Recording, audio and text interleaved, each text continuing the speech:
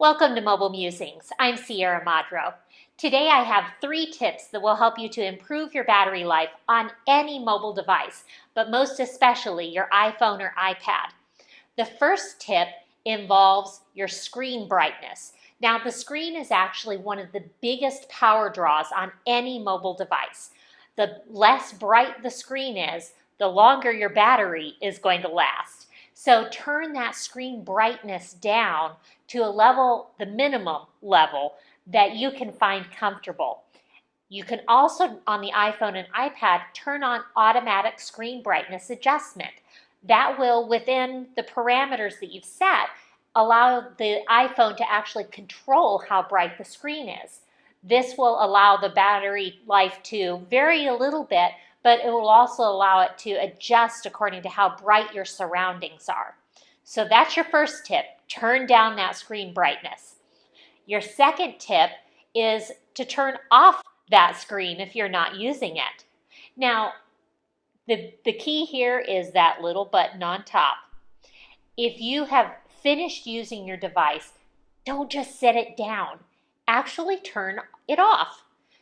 If you think about it, the screen timeout can be up to 5 or 10 minutes. That's 5 or 10 minutes of battery life that your phone is using when you're not paying attention to it. That could be hours of battery life in a given day. Now, reclaim that time by just turning off the phone when you're not actually using it. It's a simple habit to get into, but could actually give you back up to 2 or 3 hours of use time per day. So your second tip, turn it off when you're not using it. The third tip relates to your email. Now, your email has the capability of using either push or fetch email. Now, push email means that it just shows up in your inbox and starts giving you all those little notifications the instant email comes available. That can be very important for certain email accounts or for certain types of work that you may be doing. However, if you have email accounts that you don't necessarily need to have that kind of urgency for, then turn that email onto fetch and then turn that fetch setting to at least an hour. That way, every hour it will go and look for email, but it won't constantly be polling for email every few seconds the way that it does when it's on push. The push really uses a lot more battery life than fetch does.